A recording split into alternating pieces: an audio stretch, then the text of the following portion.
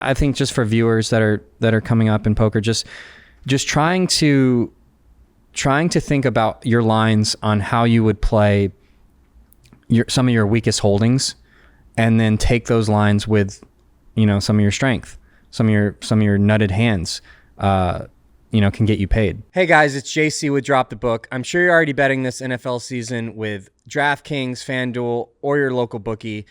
It's time to drop your book and bet juice-free. You're getting screwed by the juice. It's crushing everyone. It's crushed me in my sports betting history, and now I'm betting juice-free with my friends on dropthebook.com. You can add me at username T1000. Start your 1-week free trial today, and let's gamble on a fair platform. I had a great time last night. Did you guys stay late after? No, I left within 5 minutes of you leaving. But, dude, that was just cool. Going to a bar, me and you, and then running into... It's like kind of how the ideal evening works, Yeah. We had like a half hour to ourselves just to kick it. Then the boys show up. Severin shows up. We have like an hour with them, and then a couple girls walk by, and before we know it, we had a table of like 10 people. Yeah. Just hanging out watching the game. I thought that was a blast. I love that place when it's calm. Yeah, Calmer's is better than Chalmers for sure. We'd like to go when it's Calmer's. Dude, I went for a college football game like 2 weeks ago. And as you know, I'm a big Bama fan. We're starting to heat up. We're doing for a lot people better. that don't know, this place is called Chalmers. Yeah. On east side east side of Austin, Texas. Cesar Chavez. Yeah. Yeah, it's a really cool sports bar that opened up last year.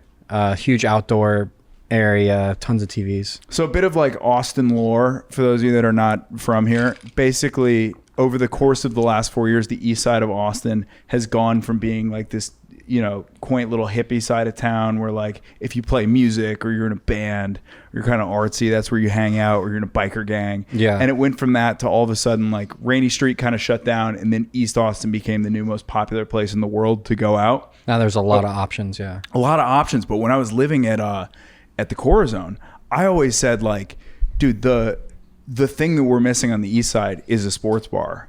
And sure enough, Chalmers opens up, and it's maybe the most profitable bar I've ever seen in my entire life. With really good brisket taco. The best fucking brisket taco I've ever had in my life. Dude. Yeah, I bought you one.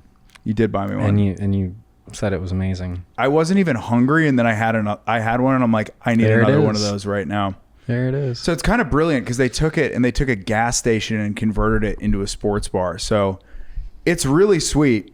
My only gripe with it is I went in there during the Bama game, and Texas was also playing. And so they have this area out back where there's a giant, 500-inch TV in the back.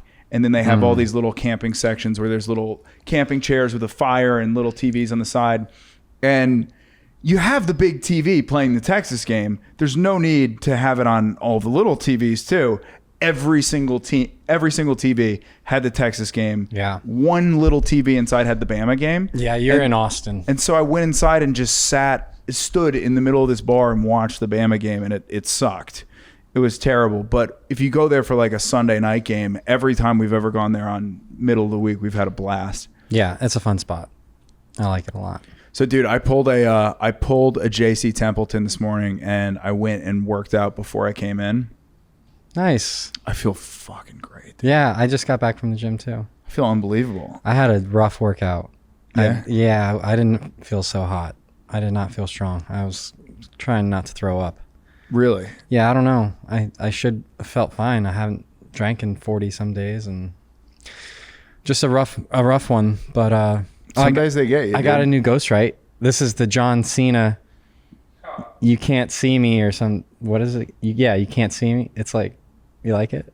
Yeah. There's only 100 of them ever made. You should probably stop showing these on the podcast, so the IRS is going to start looking at this and going, hey, where's this guy getting his ghost? No, this was like $20. Okay. I am broke. Yeah. I am so broke. Why does this broke guy keep buying $10,000 collectibles? What's going on there? Oh, no, I'm in so much makeup.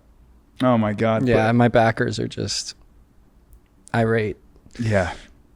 So, I went out, I hit the gym this morning, and dude, it's like, it is actually a thing that you know to be true in your head. You're like, yeah, if I just lifted a little bit, maybe got a quick workout before I went and did something, I'm going to feel better. And then you actually do it and you go, oh yeah. Like, yeah. It's a night and day difference. New protocol. We have to work out before we podcast. I think so. Yeah. I think we got to get the lift in. Uh-huh. For a while there, we were doing 8 a.m. episodes and I was coming in absolute shambles. Yeah. Unable to I didn't want to talk.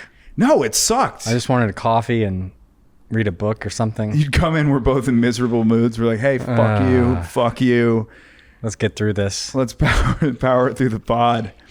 God damn, dude. So we did we did questions. Yeah. What did we do? We posted a picture. You did. So I made a little Google form and we tagged the boys in it. We posted it on the Instagram. And next time we got to tag you in it, Brandon, too. So if people have any questions, they can hit us up. We posted the questions for the first time, and I was not expecting a huge, overwhelming response, but 15 people wrote in just off of the Instagram stories. Cool. So if you have questions for us from the pod, we would love to answer them. The link is going to be in the description from now on. I'm going to send a link to Brandon. He's going to put it in there right up top. And yeah, dude, I think it's nice to know that people are actually watching. It really is, because like genuinely, you guys have no fucking idea when you're listening. It's like we put this out every week, and there's some weeks that I come in and I kind of just feel like it's like masturbation. You know what I mean? Like we're doing it just for ourselves. And it's nice to know that there are actually, we look at the YouTube and it says hundreds, a couple hundred people. Is that because the episodes are an hour long? Is that why I feel like it's masturbation? No, I'm pretty quick with it, dude. I get a quick wank and I don't go for that long. You're not an edgelord? That's a great point. It depends on whether or not Did I use that term correctly? Is that no? But I think it's a much funnier use of the word. Okay. And I wasn't sure what that meant. The when idea I said that edgelord, instead of being some comic that's just screaming the N-word, it's JJ Lieberman off in a corner just jerking off, dude. That guy loves to jerk off. Loves to jerk off, and he loves to ruin episodes of the T1K pod. So well, good. Yeah. Well, we don't have to post it. So no. Well, maybe someday we'll post. I've been jerking off less, actually. Really? Yeah, it's better for me. Are you sober from porn? Porn too? It's definitely. I've been cutting back. What does cutting back look like? Like less often. More gaps in between. Mm-hmm. But like as a single guy, you kind of get bored going through life. So like. Occasionally. I get it, dude. But if it's like an everyday thing, I feel like it's a problem. Yeah, so I am conflicted. I feel on this. dirty if it's every day. I feel I don't feel as like sharp, and yeah. So do you ever whack from memory? Do you ever think about times that you've had and spank it that way? I do. Nice. Yeah, that's a good trick. And you feel clean. Trick. It's not a trick. It's how everyone does it. I think porn is pretty prevalent. Well, what I mean by that is it's how it's been done for hundreds of thousands of years. Men have been jerking off thinking about things that have happened. And then this idea of like a website that you can watch basically any kind of woman get railed on. It's like, it can't be good. It can't be. It can't be good. And it's not just like we're like theorizing like, oh, it can't be good. It's like, no, there's mountains of research. Just there's being like, mountains this of is research bad. and what. I agree with you. I know it's gotten bad. Recently, I've been being like, the video quality of this porn is horrible. Yeah. The audio sucks. How far is the boom? And then it's just like, you can't be watching porn and thinking of it logistically. I've been watching it too much. God. Yeah. The podcast producer brain is creeping in. Dude, TV shows and porn now, I watch it go, the lighting's fucking horrible. Can you put the mic closer to your mouth, Yeah, please? get it closer. I can't hear her moans. God. I think the biggest giveaway is that after you finish, you just immediately erase your history and you put your phone down.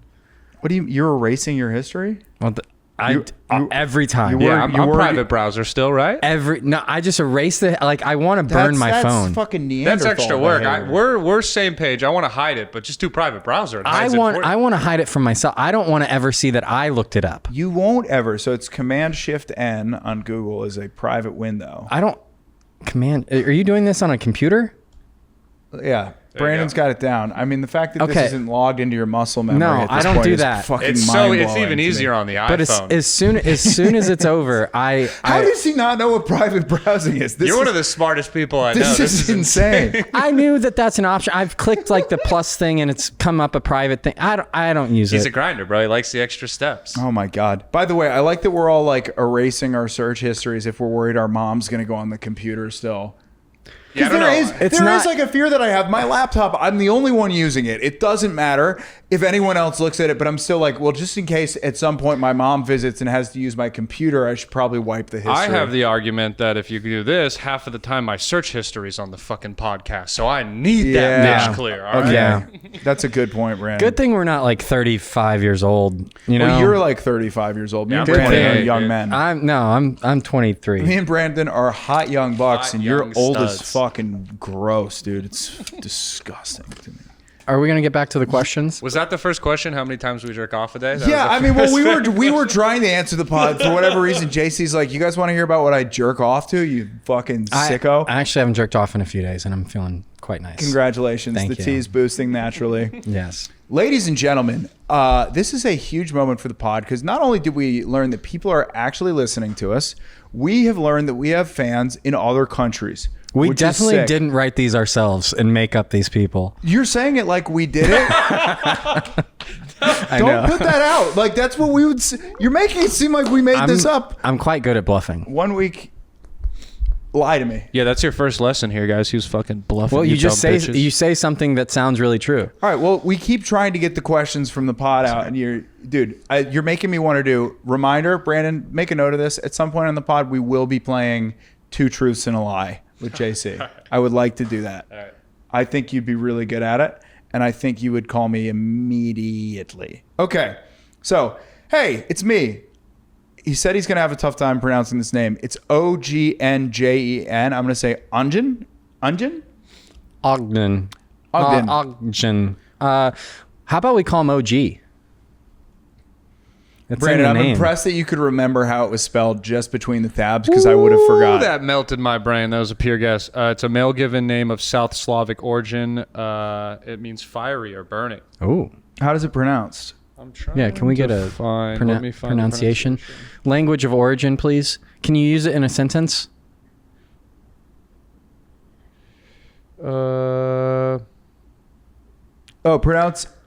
Pronounced. What a bunch of fucking dickheads, dude. Pronounced, and on the Wikipedia page, they go, it's pronounced Ognen. Thanks, guys. All right, That helps. let's read the question. We're driving the audience fucking insane right now. I apologize, guys. Hey, it's me, Anjin, which Can we Wikipedia call him OG? was so helpful like in OG. pronouncing. I might be the biggest fan of the podcast. Thanks, man. Love what you guys are doing. It's become my Sunday ritual to watch it. Keep up the good work. First of all, thank you for actually listening. It's nice to know that we have a legit fan out there. OG. OG, we got a couple questions. You wrote in like 6, and we appreciate it, but we're going to trim it to 2 just so we can get to everybody. Question number 1. Will we ever see a heads-up game between you two? I think I would be down, but I want a backer. We're probably going to need one of your poker advisors to come in and bankroll me for a couple bucks, but I would love to play you heads up. What do you think, dude? I think my poker friends have brains, so I don't know if they're going to be down for that. I think it'd be fun to have you guys play a heads up, but we get Joe, your next smartest poker friend, and he's his solver and team, and can look at his cards and give him advice. Ooh. So that because otherwise you have too much of a handicap on him. Yeah. I think That's it's a going to good happen. I think it's going to happen. I think it'll be fun. We can play for stakes that are comfortable. 50th episode, we should do it. Okay. Yeah. Okay. Yeah, that's coming up, right? Yeah, it's coming up. It's like This will be episode 24 we're recording right now. Okay. yeah, so 6 months from now, we'll do a heads up episode. I think We could film it, and that could be the episode, is the heads up match. that'd be great. That'd be badass. I could talk to the lodge and see if they'll rent us the studio. That'd be awesome. Or we could just do it here, dude. Just get a The lodge would have the whole cards. We could like rent the studio. The Oh, lodge and then- would be sick. That would be great. It'd if be we perfect. worked it out. I do know them. You know those guys? Yeah, I know those guys. Really? I Have you met them? yeah, I've met them. I could. Do you know I- Doug Polk? Yeah, That's no, so cool, yeah, dude. I've met Wow. him. I've Nice. I've met Doug. Hell yeah, dude. So I mean, Yeah, I don't mind like paying for it. It'll be fun. Let's do it. I think a heads up match between the two of us would be great. That could be the 50th episode.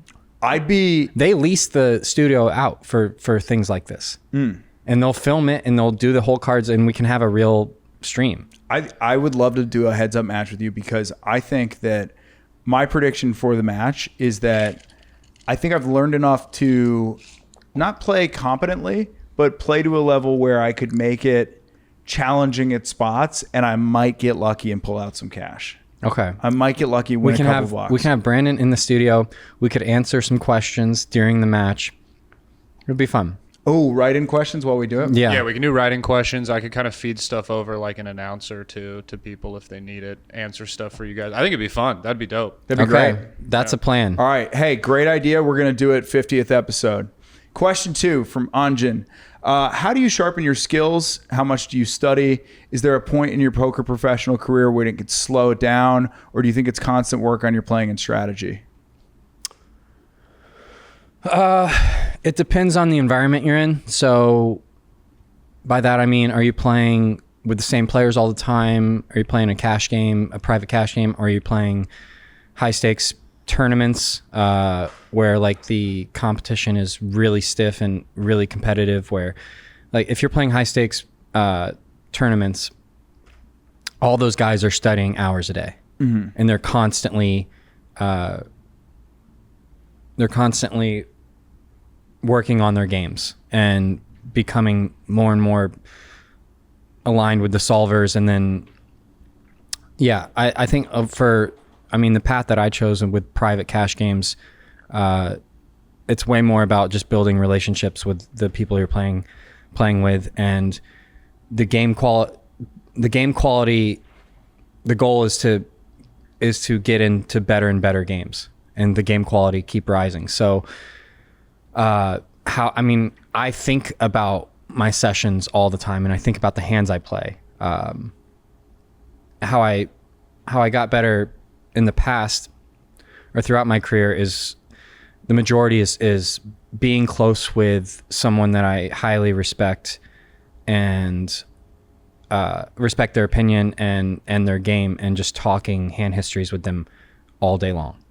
So bonding, becoming really close friends with other professional players or aspiring professional players, you going to play at casinos or tournaments or whatever, and all you guys do is talk poker and talk about every hand you like, all the hands you played that day. You're talking and playing almost 24/7. That's the best way, I think, to get better.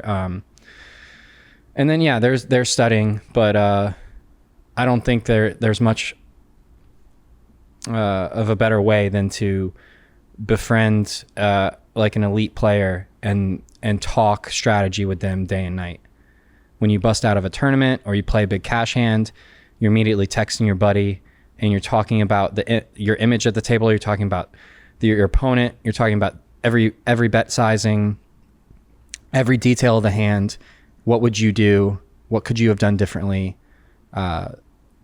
Discussing hand histories with your friends is the best way to go. Okay, I think that's I think it's great advice, but I think one of the difficult aspects of that piece of advice is, like, I'm trying to translate this to stand up, right?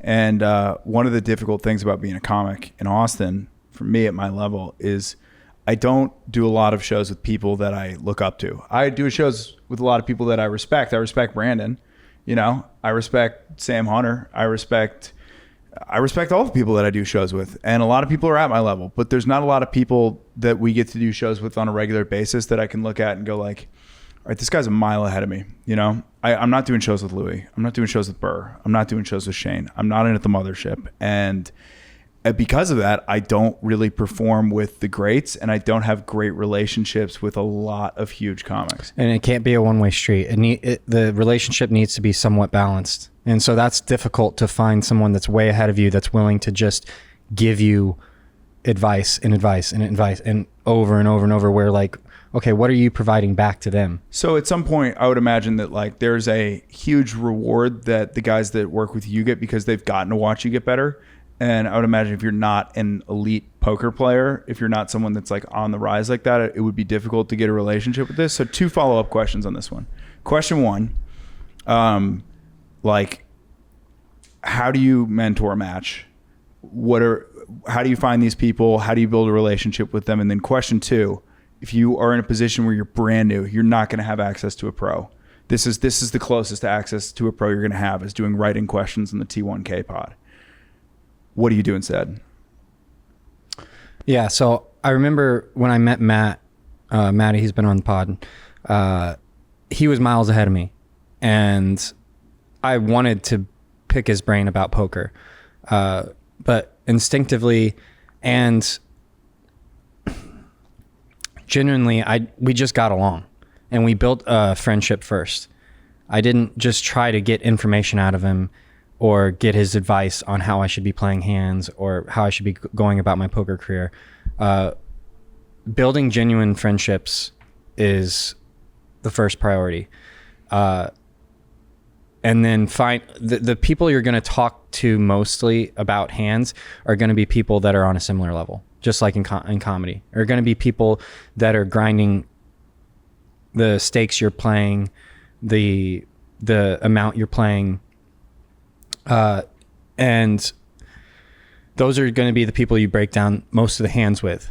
But after, I didn't really talk poker with Matty the first year or 2, but then once we were like super close and we were best friends, I felt comfortable enough to be like, hey, like, I need your help. Like, I'm going to tell you this hand and break it down from, and by that time we were such good friends that the relationship was balanced. I wasn't just trying to take his information.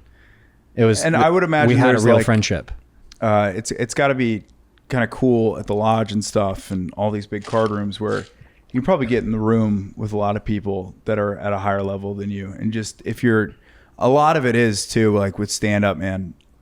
There are just people that I run into where people, and this drives me fucking insane, they ask before they try to give in any way, right?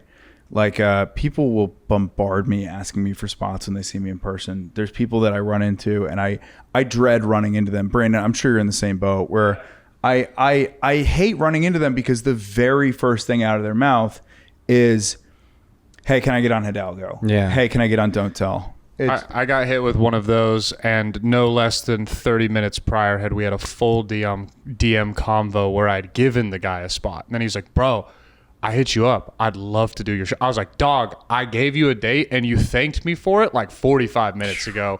Brutal. You can't be smoother. This is just brutal, relationship, understanding relationship.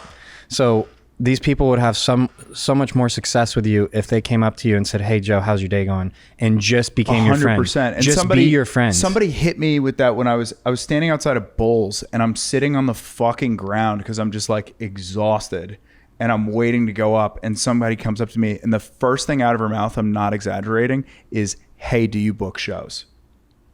Crazy. But the thing is, it's like, to the point though, where it's Brandon and I both run shows and we're friends and we have a relationship outside of business, where it's like, if I ask you for spots or you ask me for spots, neither one of us gets fucking annoyed. There's an underlying friendship. 100%. And some of these people, you just gotta, I mean, I'm not saying you need to go out and read How to Win Friends and Influence People, but some of these people are so socially unaware that I think they need to begin with maybe reading a book on how to talk to people, or watching like a couple Charisma on Command videos, because it's fucking brutal the way they go about it. So yeah, it is difficult because you are going to be discussing hand histories with people that are on your level. And then what tends to happen when you're at those stages, egos have not been checked.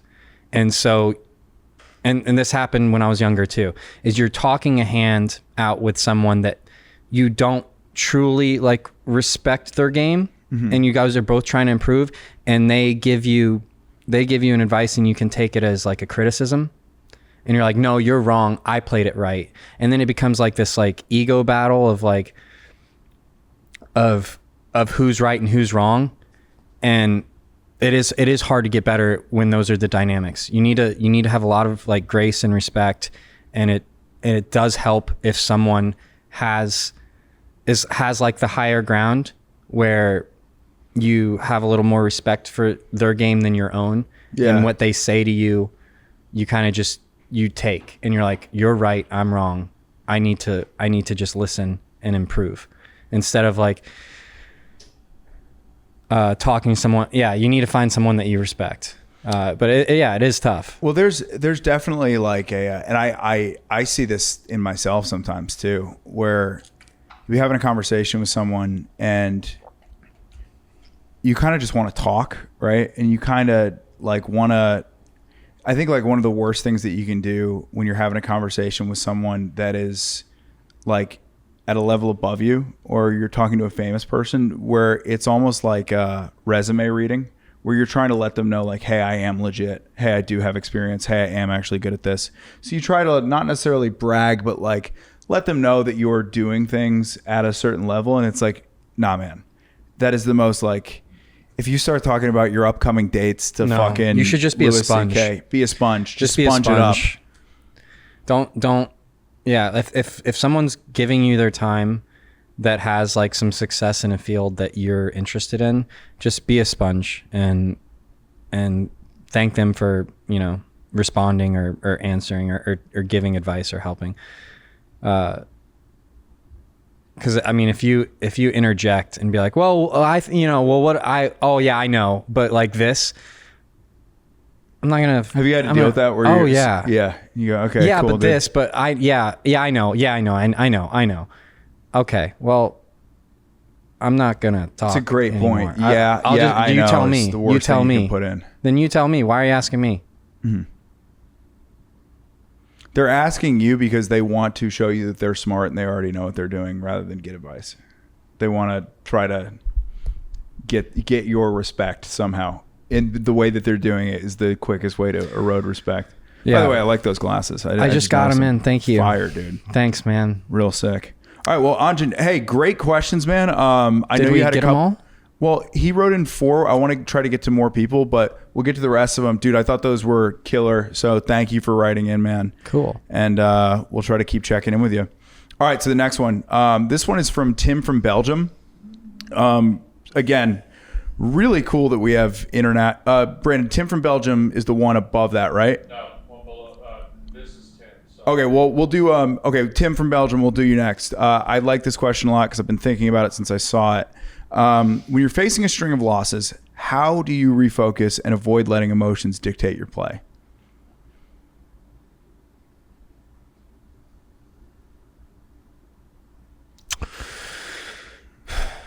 I have a close friend that's going through this right now. He's a few years into poker, and he's his graft has just been flat and on a downward trajectory for a long time. So how do you refocus and avoid letting I mean, it sounds like you're already you've already let emotions take over. Breaks. Like stepping away completely from the game is a superpower. It's so powerful. It's a factory reset. It is needed. I've taken over 10 or 15 breaks in my career for months, multiple months. I mean, I started playing when I was 18, so 16, 17 years in. You need to take a break. And step away from the game for a long period of time. Multiple months is probably is the right prescription, because when you get back, that's enough time to regulate and to get all the negative emotion out. And when you get back to the game and you sit back at the table, it feels like you're just refreshed. You have a new outlook. You have a new appreciation for the game, or you should, and you should wait till you feel that way before going back. Because when you're in the downswing and facing all these losses, every time you sit down at the poker table, you have this negative energy about you, and you just don't feel like anything's going to go well. And it's kind of a self-fulfilling prophecy. Yeah. You're looking for the bad. Like as soon as something goes against you or you get unlucky, it's just like all you do is harp on it, and you stop seeing the plays that you could have made. You just aren't playing as well as you could. And at that point, when you feel that, when you sit down at a poker table and you're already feeling negative, that's your sign to take a break from the game. Dude, so I've talked to a lot of comics about this, and we've talked about this a little bit, but I try to take a month off every year where I don't do much stand-up, next to none. I'll go home, I'll do the occasional spot, but for the most part, I'm just chilling. I'm doing nothing. If I have an idea that I really want to work on, I'll go out and do like an open mic or drive down to New York and do a couple spots. I think it's essential because, like, to your point, things compound pretty aggressively. And I have this thing that happens to me that I call it like a swagger loss. And it doesn't just affect comedy. It like sucks out my entire personality, where I just get down and I get beaten down. I get tired. And it's like every aspect of my life, my personal relationships, my comedy career, the podcasts that I'm doing, everything just starts to really suffer. And it usually comes from me looking too closely at the problem. So it's, again, like I think that if you really, really harp on something, you really, really focus on it. If you do that for a while, it can be really helpful, but there gets to a point where it's counterproductive. And like, especially in something like stand-up, you need things to write material about. You need to live a life in order to have good material. And I think being able to back away from it and just sort of live helps a ton. And I'd imagine it's the same way in poker, where it's just like, dude, you're looking too closely at the problem.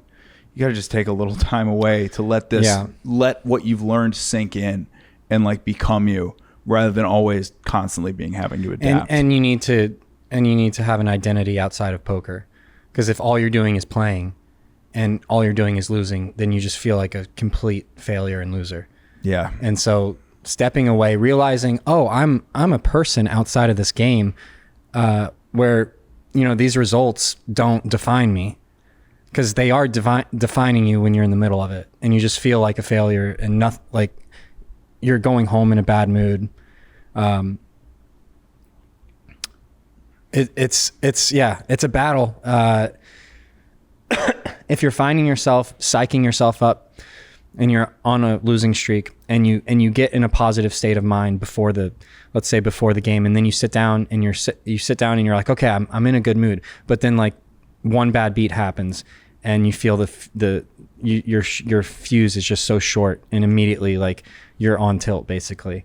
That's another indicator. I would like, imagine take a too, break, take a long break from the game. And I think this is really true for me, and I'd imagine it's true for you too. When I take breaks from stand-up, I try to, like, there's so much stand-up content on Instagram and on YouTube. And get away from all of it. Yeah, I try to just... Don't watch poker. Don't think about poker. Delete the Instagram app off your phone. Don't watch poker, and just like, dude, read a fucking book, man. Do something read else. Read a book. Yeah. Go for a jog. Because get grounded in your life outside of the game. We're all playing information overload too, right? We're going through day-to-day life, and you're living, and we're all listening to podcasts all the time. We're watching YouTube videos, playing the game, and if that's all it becomes, and it's really easy in practice to say like, oh yeah, you got to have a personality outside of stand-up. You got to have a life outside of poker, and then you're just watching all this content all the time.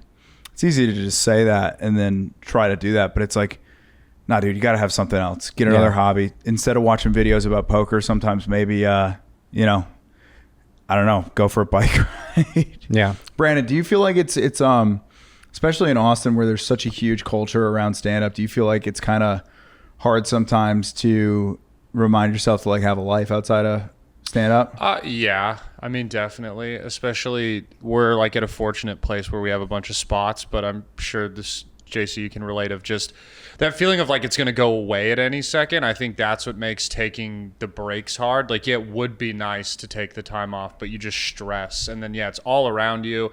If I open my Instagram, the first 10 posts will be like other comics stand-up clips, other comics front-facing content. Like, it's all it really is all the time. But Austin's a great city where you can also instantly then go and be like, yeah, I floated the river and went to a luau and then went to a Mexican rave after. And they're like, yeah, like you can very easily find experiences here, which is nice. You got to get out of it a little bit. It's nice.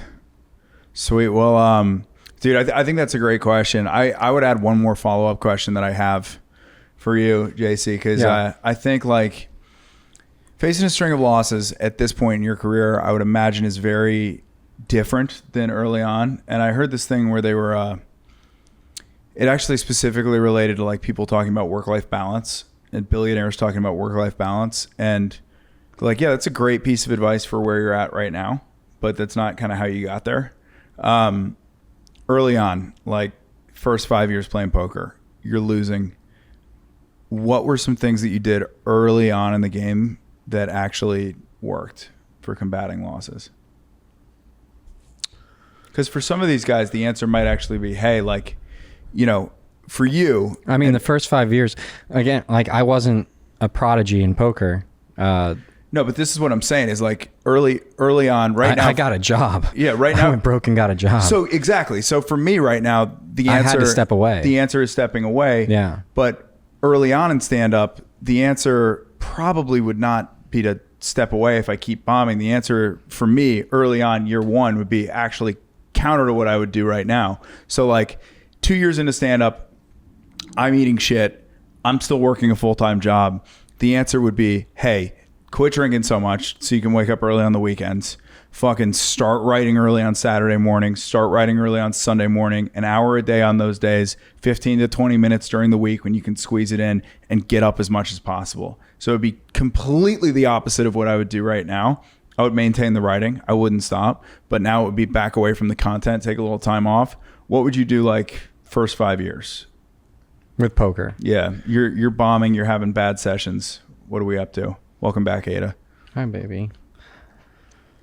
Oh, man. Play within your means. Play games where you're playing with, like 1% of your bankroll as a buy-in. Try to get to those stakes. I know it's difficult, especially when you're starting out, because the live games really only go to 1-2. And the buy-in's a few $100s. So, but I would play as small as possible, so you can withstand the variance, and so bad beats don't affect you so much. And then, yeah, like looking back, I would focus a lot on on process and things off the felt. Like what I'm doing off the felt is going to affect my game on the felt. So taking a professional, which I didn't really do until later in my life. But looking back, if I could give advice, taking a professional approach to it. So like act as if, like getting in your body before playing, whether it's yoga or working out or like a run, but preparing like you're a professional, doing the things you can't, like the things that you can control, doing those to the best of your ability, because you can't control getting too outed, but you can control waking up and eating healthy and getting a workout in. And then you can control how much you drink at night and trying to get good sleep. And yeah, just all the stuff off the felt really matters. I think it's a great point. And get a cat. Maybe study a little bit. Maybe study. Sweet. All right. What's the next question? This is the one from our buddy Tim from Belgium. This one I will have absolutely no input in. I don't think there's any stand-up equivalent. Best advice to begin with cash games: bankroll, casino volume, GTO strategy, etc. Good question, Tim. I mean, my route was always private. So the game quality in private games is always going to go way up than public. When you're playing public games, anyone can sit down.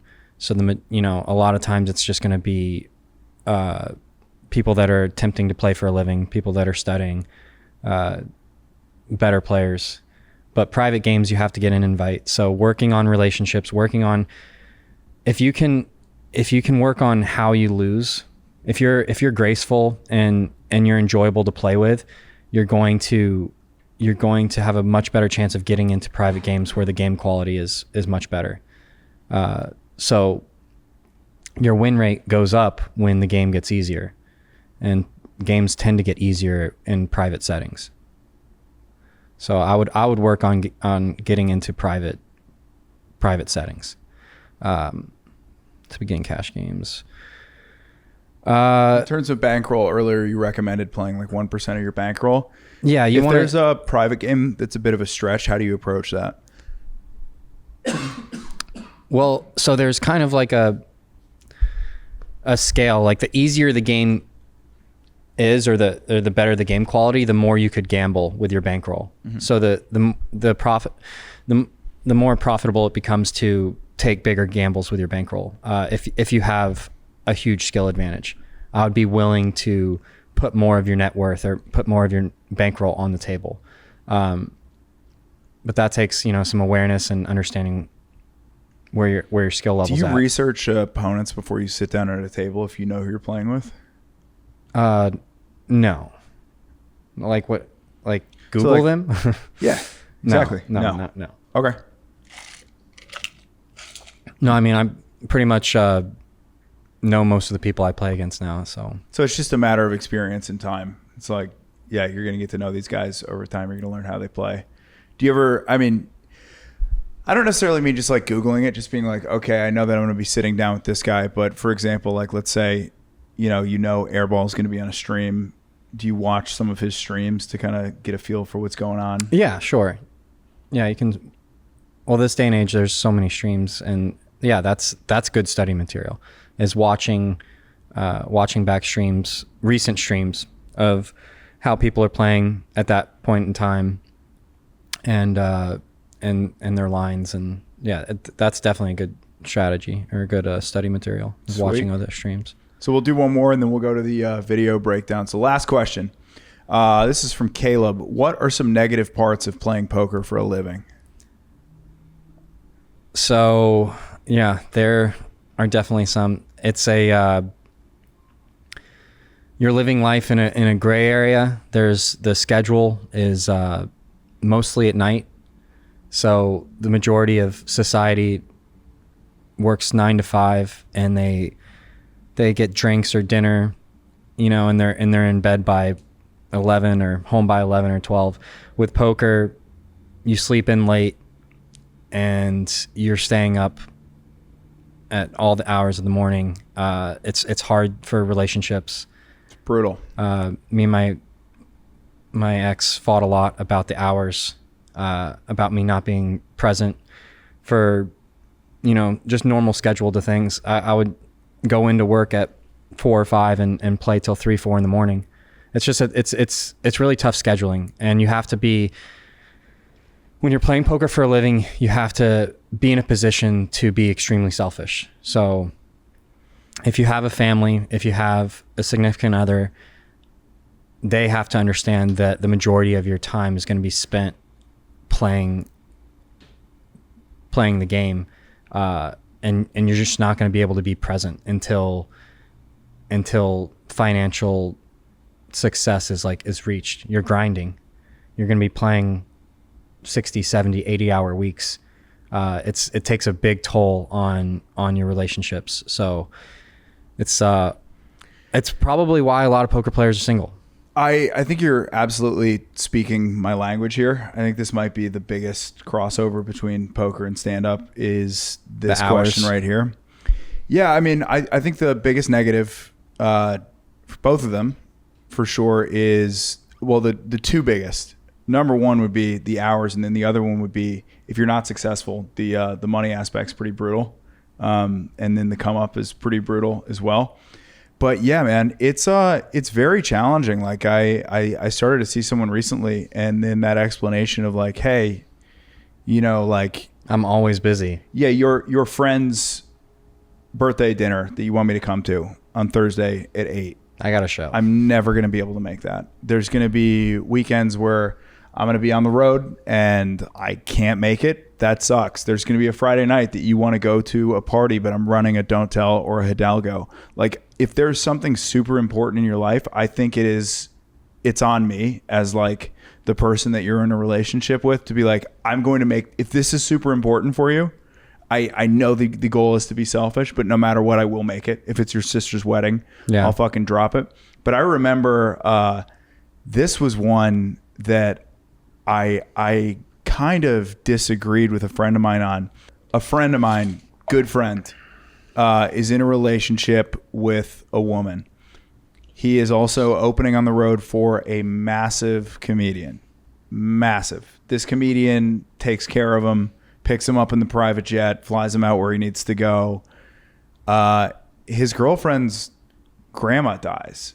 And she's like, hey, the funeral is this Friday. I need you to make it. And the big comedian calls and says, hey, can you like go on the road with me this weekend? And he goes on the road and he gets broken up with. And he's like, but she doesn't understand that this is my art. And I'm like, hey. So I get it. You chose your career. You chose your career. And I think that it's again, this kind of goes back to like having a life and having an identity outside of this. You need to know that like the kind of man that you want to be. You need to know that the kind of person that you want to show up as.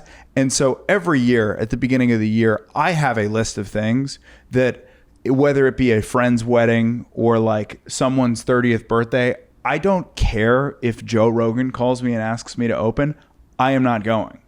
And it's like, it's just the way that it's got to be. And you've got to put those boundaries in, because like otherwise you just become basically mentally ill, where you'll sacrifice anything to advance your career. And if you do that, I think you just become like, you end up in this morally ambiguous sort of ground. And the person that you're in the relationship, I don't know if it's ill. Apart. It's just, you have to define your priorities.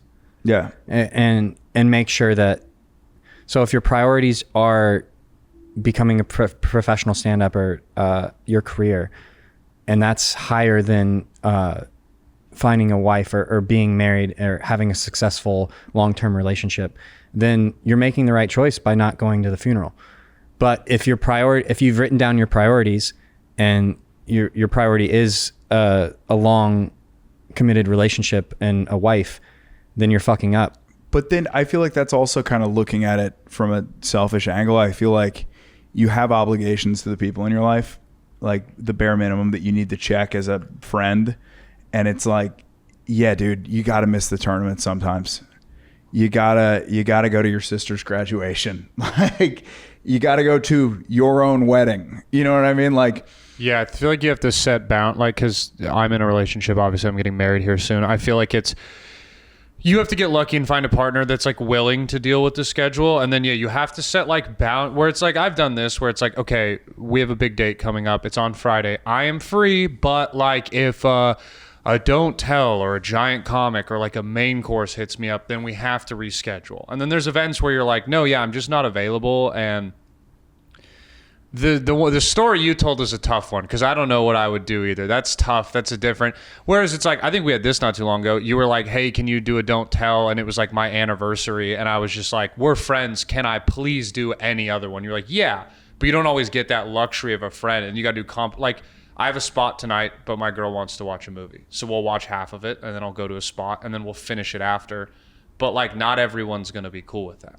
Yeah. And then it's like, to the story you were saying, I feel like the guy, if he's going to ditch his girl's funeral and go to it, then she probably didn't mean that much to you anyway. Yeah, it might not be your wife. And it's probably fine then in the long run that you missed it, because I would never miss that for Erica. I would be for anyone. For like, Louis C.K., you're fucking, sorry. And a guy that's already taken me on the road, I would assume that he knows in a capacity how much he means to me, and that if I was like, hey, my girl's sister or mom or brother or someone died, that he would be like, you don't come to fucking Tacoma with me, asshole. Go to the funeral. And you're also just going to be spinning when you're out there with this guy. Yeah. Like fucking. If you love that person. Yeah. Exactly. And then if you're unfazed, well then like, yeah, you made the right choice. It didn't matter. Yeah, then good choice. Mm-hmm. Yeah, it's really hard. And I also love that me and JC were sitting over here waxing poetic about relationships. And how could it possibly be done when 10-year relationship Brandon is sitting a mere 10 feet away from us? I got lucky, and you've met Eric. Yeah. I mean, she's a very like chill person. Not everyone's like that, and very reasonably, you are allowed to be like a comic or a poker player's partner and be like, yeah, man, I don't like that. I don't see you from 7 p.m. till 2 in the morning. And you're like, okay to feel that way. It just is not meant to be. Yeah. But they're not crazy for feeling that way. And you're not crazy for pursuing your dream. It's just not meant to be there. Yeah. In some capacity. Yeah. I feel like A lot of sacrifice. Mm-hmm. Yeah, and then the other thing too is, goddamn, dude, with stand up, it does kind of stink that the biggest gigs are always on the weekends too. Yeah, it's always when you want. I've been wanting to go to a fucking high school football game this entire time I've lived in Texas, but I'm booked on Fridays. Can we just put it in the calendar and just do it? Yeah, let's say no. Yeah, you have to just take nights off and then be like, realize that most spots can be made up. Especially we were just talking in Austin. It's not like you're turning down to go open for a famous comic. If you're not at Mothership, you're performing in front of each other. Yeah. You know, so it's like, yeah. We can figure it out. All right, so our last poker breakdown of the day, baby. All right. First and last. First and last. What do we got here, brother? We have a hand from a few weeks ago versus Angelina. She's a tournament professional who has been playing a little more cash as of late. And I thought this hand was pretty interesting. So Is she the one that we were talking about last night with the scandal? no. No. Okay. No. Sorry. So this hand I opened to, I think, like 125, 150. And I get 3-bet from the small blind from Angelina to 850. And we have ace-10 suited. So I don't think... What's up, Kevin? Crypto Max? We're going T1000 anywhere. not going anywhere. Thank you. So you're in the mix. For 850? Ace-10. Yeah, so we suited. called a 3-bet with ace-10 of diamonds. Really? Up like that? Scuba gets out of the way, who flattered on the button. Yeah, that's fair. Yeah, my And- cousin was Ace Jack versus Ace 10. Wow. Yeah, and what it comes a flop. 9-5-3 all diamonds. I just thought this was kind of like a little interesting bit of a hand because it doesn't come up a lot. You're not going to flop the nuts often, but extracting value is extremely important if you're going to be playing for a living. And I was in a good zone, I think, in this hand, and I made the max. So let's see what happens. There's not a ton of hands either that are. It says you won already. There's not a lot won off the first 3 cards. Yeah, down, huh? nothing can happen to lose this hand. Yeah, because she doesn't have the straight flush. She has right? no pair, and I flop nut flush. Okay. Yeah. And how about we just flop her dead? right next to it. My wife would just buy me a bunch of like That's targets. brutal. So this is a 3-bet pot. It's an This is not enlarged how pot. we treat Yeah.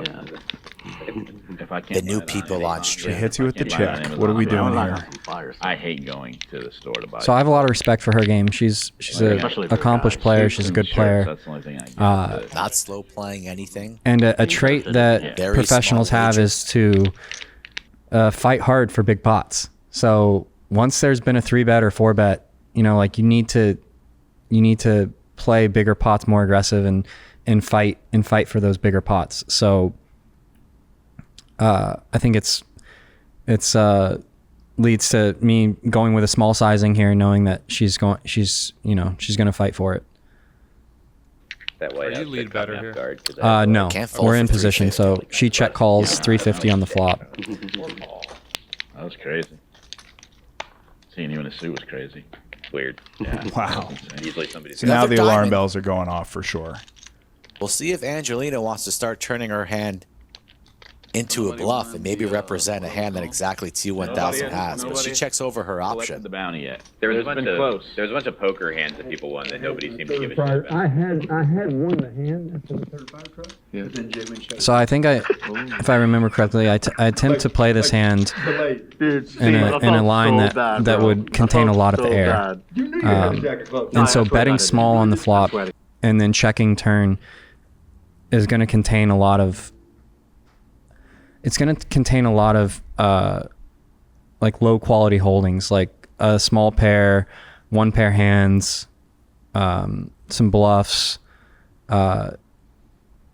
It's not going to be a nutted hand a lot. So I think that's kind of what. So earlier you said like a trait that pros have is fighting for big pots. Would you consider check calling on like the on the flop to be fighting for a big pot? Well, she's setting up an aggressive play. Okay. Yeah. And so like out here on an me island, indicating on the weakness river, on the a four devious on the turn on check the back four from the diamonds robot on the turn might is gonna cause her Angelina to bet, and she's reaching. to attack this river. Well, you knew you had one black and one red, right? This is what the check. So if I have like two black sevens or let's say 8-9 of spades, king 5 suited, some kind of one pair hand that was trying to just end the hand on the flop, and then obviously I hate the turn. This is the type of line I would have taken. I would have bet small and I would have checked turn. So it kind of allowed me taking this line allowed her to go after this pot. Got it. On the river. Because if you would have bet after the fourth card, and if I bet the turn, she's just folding. Yeah, she goes. He's bet twice. There's 4 diamonds on the board. He has to have, but this plays weakness. Yeah, this plays his weakness. There's another line of thought too. Like if she has king queen with the king of diamonds or king queen with the queen of diamonds, I could go all 3 streets for value. So there's 2 different kind of roads I could have taken this hand, but it seems like this line was perfect for her holding. You're like, I didn't know which one. That's insane. I can't believe you didn't realize you had a black and a red. So she's putting me in like a nightmare spot if I have 9-10 of clubs, 9-10 of spades, 9-10 of hearts. We're going to make believe like we have a decision, but we know all the chips are going in. If I have 10s with no Look heart, at the stare from the beautiful lady. 7s with no heart. Looks like junk. She's not scared. You want protein, you don't want to eat carbs. Yeah, either the meatballs. But she's not winning this hand. Because she could definitely play a large diamond like this. There it goes. They're pretty good. Yeah. The marinara was actually pretty legit. They probably got a bunch of bread in All right, so she's putting some. Easy fold. But not like. Yeah, it's better like that, right? It's better like that than seeing something. Don't want to know. Extracted some decent value there. Yeah, that's a spot where I don't think a lot of recreationals would have made the same amount. I think they kind of would have blasted her off her hand before. Do you think there's any other way you play that last bet? Because I believe it was what 1,500 is what she bet, and then you went all in. There's no other. She's not gonna rebet there again. She only had 2,200 behind. Okay, so yeah. So yeah, there's no other bet besides all in. Okay. But yeah, just I think just for viewers that are coming up in poker, just trying to think about your lines on how you would play some of your weakest holdings, and then take those lines with some of your strength, some of your nutted hands, can get you paid. But yeah, that's it. I love it, man, dude. Well, great Apple Boys. I think the questions added a huge element to everything. So I just want to give a quick shout out to everybody that wrote in real quick. OG. So we have, Brandon, I think it's up. Is it up top on the left? I deleted all the questions. That was we'll do some more questions next week. Which ones did we get in this week? Shout out Zach Sprague. Shout out Tim from Belgium. Shout out OG. And then I forgot who wrote the one question that you liked, but what was the last one? Best advice. Doesn't have a name with it, but thank you for writing in. Sweet. Yeah. Guys, thanks a ton. It's awesome that you guys are writing in. And again, it's like really refreshing to know that you guys are actually listening. It means a ton. We'll get to the other questions next week. Sweet. Cool. Hey, thanks guys. We'll post it every week. So if you have questions, write them in the form. Yeehaw, baby. Thanks for watching. See ya. See ya.